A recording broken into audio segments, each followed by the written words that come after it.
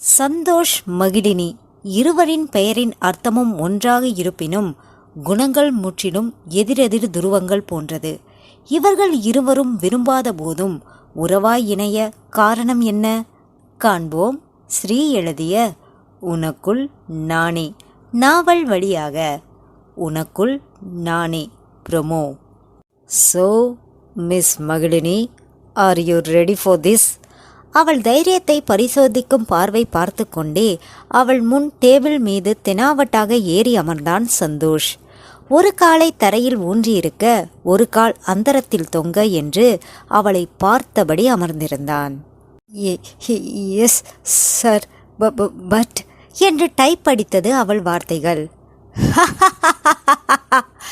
என்றும் இல்லாத விசித்திரமாக சிரித்தவன், எப்பவும் உன் கண்ணில் ஒரு ஸ்பாக் இருக்குமே, அதை எங்கே காணோம்? 2 வருஷத்தில் காணாமல் போயிடுச்சா? இல்லை என் முன்னாடி வரவும் வரலையா? ஏளனமாக அவன் கேட்க, என் சந்தோஷம் நிம்மதி எல்லாமே காணாமல் தான் போயிடுச்சு. இதில் அது மட்டும் எப்படி இருக்கும்? அவள் கண்ணீரை அடக்கியபடி கேட்க, ஹே come on, don't be over emotional மகிழ், திங்க் ப்ராக்டிக்கலி. எனக்கு நீ ஒரு உயிரை கொடுத்தா உனக்காக ஒரு உயிரை நான் காப்பாற்றி தரப்போகிறேன் என்றவன் அவள் முகத்தை ஒற்றை விரலால் நிமிர்த்தினான். அவள் பார்வை கூட அவன் மேல் படியவில்லை. அவன் அவள் முகத்தை நிமிர்த்தும் போதே பார்வையை திருப்பிக் கொண்டு வேறு எங்கோதான் பார்த்தாள்.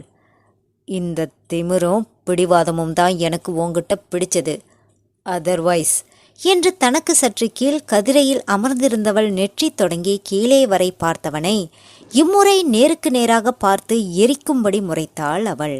வாட்? நான் பார்க்காமலா என் உயிரை நீ சுமக்க போற என்றவன் ஏளனமாக கேட்க, ஏற்கனவே உடல் பரிசோதனை என்ற பெயரில் அவளை தன் குழந்தையை சுமக்க தயாராக இருக்கிறாளா என்று பரிசோதனைக்கு உட்படுத்தித்தான் அழைத்து வந்திருந்தான். இதில் அடுத்தடுத்த அதிர்ச்சிகளை கொடுத்தால் அவளும் என்னதான் செய்வாள்? சார், நான் அதை பற்றி தான் பேச வந்தேன். உங்களுக்கு தேவை பேபி தானே? முதல்ல நீங்கள் டெஸ்ட் பேபின்னு தானே மற்றவங்கள்ட்ட பேசுனீங்க. இப்போ நான் ஒத்துக்கிட்டதும் ஏன் இப்படி ஒரு கண்டிஷன் வைக்கிறீங்க? ப்ளீஸ், என்னால் நேச்சுரலாக உங்கள் கூட முடியாது. நிமிடத்தில் கெஞ்ச வைத்து விட்டான் அவளை. அவள் கெஞ்சலை ரசித்தவன், என்ன பண்ணுறது, நீ கூடத்தான் என் கையால் உன் கழுத்தில் தாலி ஏறாமல் முடியாதுன்னு சொன்ன. அதுக்கு நான் சம்மதிக்கலையா? பேபி பிறக்கிற வர என் ஒய்ஃபுங்கிற மிக பெரிய ஐடென்டிட்டியை உனக்கு தரலையா என்று அவன் கேட்க, பொல்லாத ஐடென்டி என்று தான் அவளுக்கு கோபமாக வந்தது. பணம் தர்றதுன்னா என் முடிவு தான் இங்கே ஃபைனல். வேணும்னா பேசுறதை விட எக்ஸ்ட்ரா வாங்கிக்கோமா என்று பேச பேச அவள் முகமோ அவனை வெறுப்பாய் பார்த்தது. அவள் கன்னங்கள் இரண்டையும் அழுத்தி பிடித்து தன்னை பார்க்க வைத்தவன், இந்த திமிரை எல்லாம் விட்டுட்டு தான் என் கூட இருக்கணும்.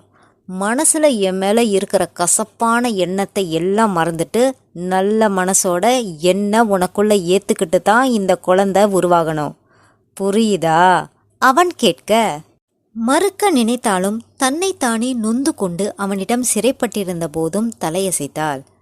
குட். அப்புறம் என்ன இவன் இப்படியெல்லாம் பேசுகிறான்னு உன் மனசில் இன்டிமேசி டைம் தாண்டி ஃபீலிங்ஸ் எல்லாம் என் மேலே வரக்கூடாது. ப்ரெக்னென்ட் ஆனதும் உன் மனசில் என்னை இப்போ உள்ளுக்குள்ளே திட்டுற மாதிரி திட்டுற வேலையெல்லாம் இருக்கக்கூடாது. என்னை பற்றி நல்ல விதமாக மட்டும்தான் யோசிக்கணும். அப்போ தான் எனக்கும் பேபிக்கும் நல்ல பாண்டிங் இருக்கும் என்றான். உன்னை பற்றி நல்ல விதமாக யோசிக்க என்னடா இருக்கு என்று உள்ளுக்குள் அவனை கருவி கொண்டாலும் வெளியில் சரி சரி என்று தலையசைத்தாள் அவள். சுருக்கமாக சொல்லணும்னா சினிமா சீரியல் ஷூட்டிங் மாதிரி தான். நான் ஆக்ஷன்னு சொன்னால் உனக்கு என் மேலே அன்பு காதல் கரை புரண்டோடி என்னை ஏற்றுக்கணும். நம்ம வேலை முடிஞ்சதும் உனக்கு என் மேலே அந்த நினைப்பே இருக்கவே கூடாது என்றவன் அடுத்தடுத்த கண்டிஷன்களை கூற அவளுக்கு தலை சுற்றாதது தான் குறை. சார், குழந்தைங்கிறது காதலும் காமமும் கலந்து உருவாகணும். இப்படி இயற்கையாக உருவாகணும்னு நீங்கள் சொன்னாலும் நமக்குள்ளே இது செயற்கையாக தானே இருக்கும். அதுக்கு நம்ம டெஸ்ட் மெத்தடே போயிடலாமே. மறுபடி கெஞ்சி பார்த்தாள் அவள். Don't waste my time, just get out என்று கத்தியபடி அவள் முன் இறங்கி நின்றவனிடம் அவளும் பயந்து தான் போக முடியாது நின்றாள். நான் என்ன உன்னை என் கூட வந்து இருன்னு ஃபோர்ஸ் பண்ணனா? நீ அதான விஷயம் தெரிஞ்சு வந்த? அவனின் கேள்விகளுக்கு தலையசைத்தாள். தென் இப்போ வந்து காரணமாக அடுக்கிற? கடுப்பை கக்கி கேட்பவனிடம் என்ன பேச என்று தயங்கி நின்றாள். அவுட்! கத்தியவன் முன் அசையாமல் நின்றாள். ஐ செட் அவுட் என்று அவள் கைப்பிடித்து இழுத்து போனவன் கதவை திறக்கும் முன் எனக்கு சம்மதம் என்றாள் மகிழினி. அதில் நிதானமடைந்து அவள் புறம் திரும்பியவன் இத முதல்ல சொல்லக்கூடாதா என்று அவள் கன்னம் தட்டினான். சரி, டாக்குமெண்ட் சைன் பண்ணுற வர இப்படி தான் மனசு குழம்பிக்கிட்டே இருக்கும். முதல்ல வந்து சைன் பண்ணுவா என்று அவள் கைப்பிடித்து அழைத்து சென்றவன் படிச்சு பார்த்துட்டு சைன் பண்ணு என்று அவள் முன் டாக்குமெண்ட்டை நீட்டினான். அதை வாங்கி படித்த அவளுக்கோ அதிலிருந்த ஒவ்வொரு வார்த்தைகளையும் படிக்க படிக்க கண்கள் குளமானது. என்ன மனுஷன் இவன்! எப்படிப்பட்ட அப்பா அம்மாவுக்கு இப்படி ஒரு பையன் என்று நினைத்தபடி படித்தாள். மகிழினி மதிவாணனாகிய நான் சந்தோஷ் கிருஷ்ணாவிற்கு 1 வருட வாடகை மனைவியாக மனப்பூர்வமாக வாழ்ந்து அவருக்கு ஒரு குழந்தையை சுமந்து பெற்றுக் கொடுக்க சம்மதிக்கிறேன். 1 வருடத்திற்கு பின் சந்தோஷ் மீதும் பிறக்கப் போகும் குழந்தை மீதும் அவரின் சொத்துக்கள் மீதும் அவருடன் சேர்ந்து வாழாவிடில் எனக்கு எந்த உரிமையும் கிடையாது. உரிமை கேட்டு நான் என்றும் அவரை தொந்தரவு செய்ய மாட்டேன். இந்த ஒப்பந்த திருமணத்திற்கு என் முழு சுயநினைவுடன் சம்மதிக்கிறேன் என்று மேலும் பதிக்கப்பட்டிருந்த வார்த்தைகளை படித்து முடித்தவள் கண்களை துடைத்து கொண்டு அவனை நிமிர்ந்து பார்த்தாள். அவனும் அவளையே தான் சுழல் நாட்காலியில் அமர்ந்து சுழன்றபடி பேனாவை சுழற்றியபடி பார்த்திருந்தான். பெண் என்று கையெழுத்திட அவள் முன் நீட்டினான். இதுல 1 வருஷத்துக்கு பிறகு உங்க மேல, குழந்தை மேல, உங்க சொத்து மேல எனக்கு எந்த உரிமையும் இல்லைன்னு இருக்கு. இதுல நான் சைன் பண்றேன். ஆனா என் மேல நீங்க உரிமை கொண்டாட்டிட்டு வர மாட்டீங்கன்னு என்ன நிச்சயம்? அதுக்கு நீங்களும் டாக்குமெண்ட் சைன் பண்ணி தருவீங்களா? தீர்க்கமாக அவள் கேட்க, இது இந்த திமிரு தைரியத்துக்காகத்தான் நீ தாலி கட்டணும்னு சொன்னப்பவும் நான் சம்மதிச்சேன் என்றவன் கண்டிப்பாக அரேஞ்ச் பண்ணி சைன் பண்ணித்தரேன். என்ன நீ நம்பலாம்? இப்போ சைன் பண்ணு என்று பேனாவை அவள் முன் நீட்டினான். நம்புறேன் என்றவள் டாக்குமெண்ட்டை கண்ணீரை அடக்கி கொண்டு பார்த்தாள். மகிழ், அப்பா உயிரை நமக்கு முக்கியம்.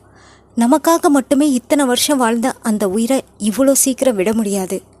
நமக்கு உயிர் கொடுத்தவரை, நமக்காக மட்டுமே தன் வாழ்க்கையவே வாழ்ந்த அவர் உயிரை காப்பாற்ற இன்னொரு உயிரை உருவாக்கி பெத்து கொடுக்க போகிறோம். அதனால சுசிலாமா மன கஷ்டத்திலிருந்து மீண்டும் வெளியே வருவாங்க. 2 உன்னதமான உயிர்க்காக தான் இது என்று நினைத்தவள் கையெழுத்திட்டாள். கையெழுத்து இட்டு அவன் முன் டாக்குமெண்ட்டை நீட்டினாள். ஓகே, நீ கிளம்பு. நான் வீட்டில் பேசிட்டு உன் அப்பாவை பார்க்க ஹாஸ்பிட்டல் வரேன் என்றவன் அவளை அனுப்பி வைக்க பித்து பிடிக்காத குறையாக அங்கிருந்து வெளியே வந்தாள் மகிழினி. அப்பா, நீ இல்லாம எவ்வளவு கஷ்டமா இருக்கு தெரியுமா? வளர்ற வரைக்கும் எந்த பிரச்சனையும் தெரியாம வளர்த்துட்டப்பா. இப்ப வளர்ந்த பிறகும் நீ இல்லாத இந்த உலகம் பயமா இருக்குப்பா. சீக்கிரம் எழுந்து வாப்பா, என்னால் முடியல என்றவள் அனைவரும் தன்னை பார்ப்பது போல இருக்கவும் அழக்கூடாது என்று தன்னை திடப்படுத்தி கொண்டு அங்கிருந்து கிளம்பி சென்றாள். எத்தனை மகிழ்ச்சியாக அவள் பெயருக்கு ஏற்றபோல் இருந்த அவள் வாழ்க்கை இன்று அவளை எங்கே அழைத்து செல்லப் போகிறது என்றே தெரியாமல் இலக்கற்று நடந்து போனாள் அவள் மகிழினி. போகும் அவளை தன் கேபின் கண்ணாடி ஜன்னல் வழியாக பார்த்தவன், எனக்கு தெரியும், எனக்கும் என் குழந்தைக்குமான ரைட் சாய்ஸ் நீதான் என்று நினைத்து கொண்டவன் அவளுடனான தன் முதல் சந்திப்பை நினைத்து கொண்டு நின்றான் சந்தோஷ். இவர்கள் இந்த நிலைக்கு வர காரணம் என்ன? இருவரின் நிலையும் மாறுமா? விரைவில் உனக்குள் நானே நாவல் வழியாக கேட்டு மகிழ்வோம். இந்த வீடியோ உங்களுக்கு பிடித்திருந்தால் லைக் பண்ணுங்க, கமெண்ட் பண்ணுங்க, உங்க நட்புகளுக்கு ஷேர் பண்ணுங்க.